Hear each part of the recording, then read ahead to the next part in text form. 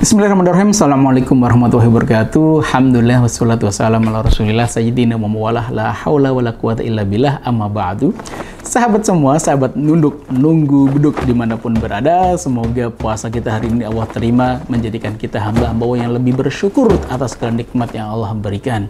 Selapar-lapar kita, sehaus-hausnya kita, Masya Allah, nggak ada apa-apanya dibandingkan oleh sahabat-sahabat kita yang saat ini di Palestina, yang mereka harus makan rumput untuk mengganjal perutnya.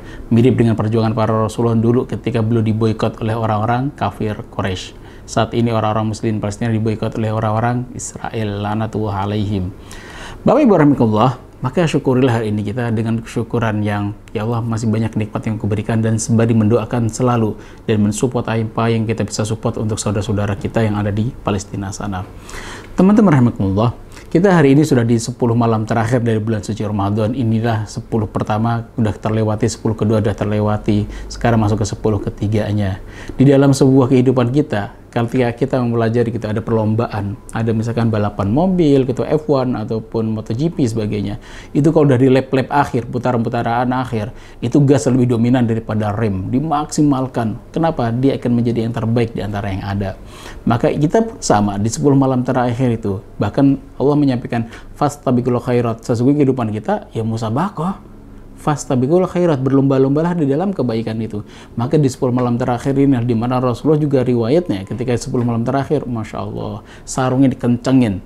Bukan tentang kencengin sarungnya saja dalam bentuk yang fisik gitu ya, menunjukkan bahwa beliau benar ikhtiar dan berijtihad yang tidak dilakukan di 10 malam pertama ataupun kedua, tapi beliau kencengkan di 10 malam terakhir. Nah, apakah ada kisah yang berbicara tentang itu? Topan, ada kisahnya. Gini, saat itu ada peperangan, sebuah perang yang mungkin bisa kita ambil ibrahnya dalam sebuah kehidupan kita gitu ya. Wa mimman ijtahada minal muslimin ra'il ghanam. Di antara dia ikut dalam peperangan Khaybar, ada perang ini biasanya orang-orang Arab. Dulu saya pernah ikutin mudzaharah atau demonstrasi gitu ya di Libya. Biasanya mereka ketika mencela atau membela teman-teman yang ada di Palestina, mereka akan mengatakan celaan pada orang-orang Israel dengan kalimat yang menggetarkan hati mereka. Itu Khaybar, Khaybar ya Yahud, Jaish Muhammad saufa ya'ud. Kenapa menggunakan kata Khaybar?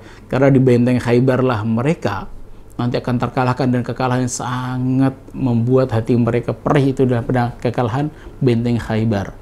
Itu kekalahan benteng Khaybar adalah kekalahan terakhir, semua orang-orang Yahudi terkumpul satu titik dan di situ dikalahkan oleh orang-orang muslimin. Tapi dalam peperangan ini ada kisah yang menarik. Di antara dari istasyada tadi, ra'iyul ghanam, seorang penggembala kambing. Saat itu Rasul dengan para sahabatnya sedang memblokade orang-orang Mahisor, sedang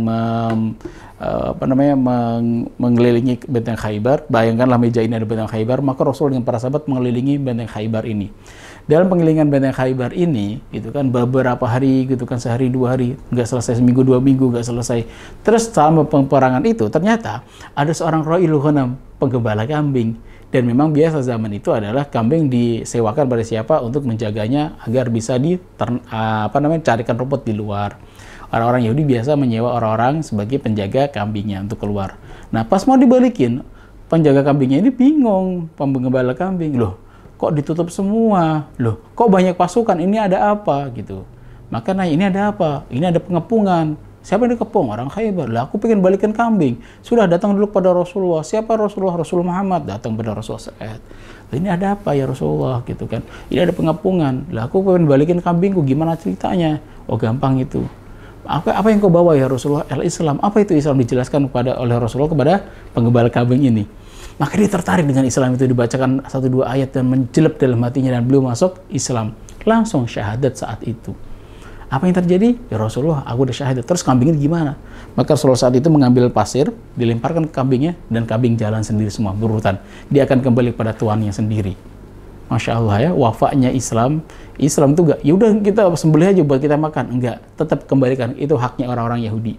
Maka di jalan sendiri kambing itu balik saya. Terus ya Rasulullah, abis ini aku ngapain? Rukun Islam pertama adalah syahadat, kedua sholat. Belum waktunya sholat, ya belum. Terus ngapain? Ya udah ikut jihad. Siap ya Rasulullah. Maju ke depan. Wah, gitu. Orang Yahudi terkenal memiliki benteng yang tinggi-tinggi. Nah, di benteng itu disiapkan panahnya, setiap batu-batu yang dilempar dengan manjanik, ketapel-tapel gitu kan.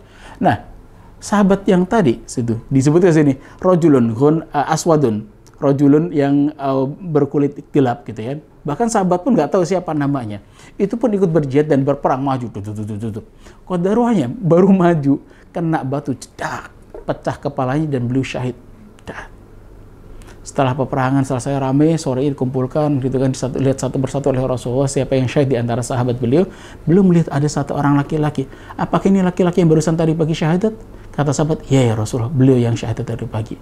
Tidak lama setelah itu, ternyata Rasulullah, apa yang dilakukan Rasulullah saat itu? Faltafata ilahi Rasulullah. Rasulullah itu semua arodo, belum ngeliatin laki-laki tadi, sahabat tadi, habis itu memalingkan wajahnya. Enggak mau lihat.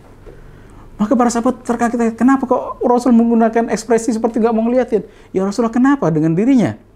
Wa inda masu'ila an i'radi, kenapa ditanya kenapa belum palingkan wajahnya? Ini jawaban Rasulullah.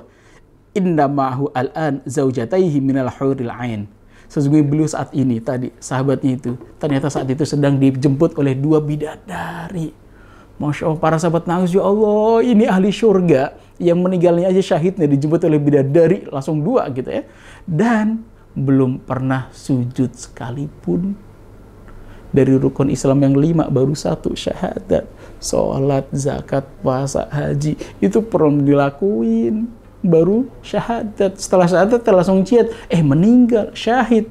Langsung meninggalnya Masya Allah, husnul khatimah. Syahid adalah meninggal terindah gitu ya. Dan dalam keadaan beliau bertaubat. Bahasanya dari titik beliau syahadat, itu kan ketika orang bersyahadat, plek, itu lembaran baru dibuka. Maka saat itu kan beliau gak punya dosa sama sekali. Baru itu abis masuk Islam, maju, ternyata syahid. Masya Allah. Langsung dijemput oleh bidadari. Maka sahabat berikan komentar terhadap lagi-lagi tadi. Ini loh ahli surga yang belum pernah sujud. Gak pernah sholat. Kenapa? Memang belum ada kewajiban sholat. Di antara syahadat sampai ke titik sholat itu belum ada. Maka di situ tengah-tengahnya, itu ternyata beliau meninggal. Dan di dalam perang ini juga, ini kisah yang pertama. Bahwa ada orang yang bahasanya, potensi nerakanya tinggi, kenapa beliau bukan seorang muslimin gitu ya. Ternyata beliau masuk Islam di akhir hayat beliau karena kebaikan-kebaikan beliau, dan itu adalah haknya Allah diberikan kepada siapa hidayah itu. Tapi Masya Allah, dalam perang yang sama pula, yang disebut dalam perang Khaybar itu dalam ghazwatu Khaybar, dalam hadis yang lain, nadhar Nabi SAW rajulun yuqatil musyrikin. Saat itu Rasul sedang perang, dalam peperangan itu melihat ada seorang laki-laki, yang mana laki-laki ini, sahabat ini, dipuji-puji oleh para sahabat yang lainnya. Wah, Masya Allah, keren banget, top skor dia. Banyak yang tumbang di antara orang-orang kafir itu di tangannya si laki-laki tadi, sahabat itu. Maka dipuji-pujilah oleh para sahabat. Wah, keren nih ahli surga nih, keren banget nih. Wah, ini ksatria sejati nih, pahlawan nih, top skor sebagainya. Tapi ternyata apa komentar Rasulullah? Rasulullah memberikan komentar ini. Man ahabba ayyanzura ila rajulin min ahli nar falyanzur ila hadza. Siapapun di antara kalian yang pengen melihat seorang laki-laki dari ahli neraka, maka lihatlah laki-laki ini. Kok bisa? Orang yang ditunjuk oleh Rasulullah ternyata laki-laki yang dianggap pahlawan oleh para sahabat yang lainnya. Kaget, kok bisa ya Rasulullah? Maka karena penasarannya, fatabi'a rajulun, ada seorang laki-laki sahabat yang berperang pun ngikutin laki-laki tadi yang ditunjuk oleh Rasulullah. Kok bisa orang sekeren ini, top skor seperti ini? Kok bisa beliau menjadi ahli neraka, kata Rasulullah? Benar, sambil perang ngikutin tang, dilihatin sahabatnya sedang terus berperang. Maka dalam peperangan itu benar, belum membunuh banyak orang-orang kafir, membunuh banyak orang-orang musyrikin. Dan di puncak dari pembunuhan itu, beliau kan penuh dengan luka, ada luka sini, tubuhnya penuh dengan luka, tapi nggak syahid. Ada panah sebagainya, ada tombak nancap sebagainya, dicabut-cabutin. Dan ternyata beliau nggak syahid dengan luka-luka itu, tapi sakitnya luar biasa. Dia mengarang-ngarang. Saat kesakitan itu menunggu ajalnya, ternyata nggak syahid-syahid. Apa yang dilakukan beliau? Dia lepaskan pedangnya, diletakkan ujung pedang itu di pasir, dan dia letakkan ujungnya masih tajamnya di mana? Di tubuhnya, dan dijatuhkan tubuhnya. Jelek. Maka siapa yang membunuh beliau? Dia yang membunuh beliau adalah bukan lukanya orang-orang kafir, yang membunuh beliau adalah lukanya dia sendiri ketika dia membunuh dengan pedangnya sendiri. Orang syahid itu di bawah pedangnya orang kafir, bukan pedangnya orang muslim. Maka sahabat tadi berlari kepada Rasulullah. Ya Rasulullah, shadaqta ya Rasulullah, engkau benar ya Rasulullah.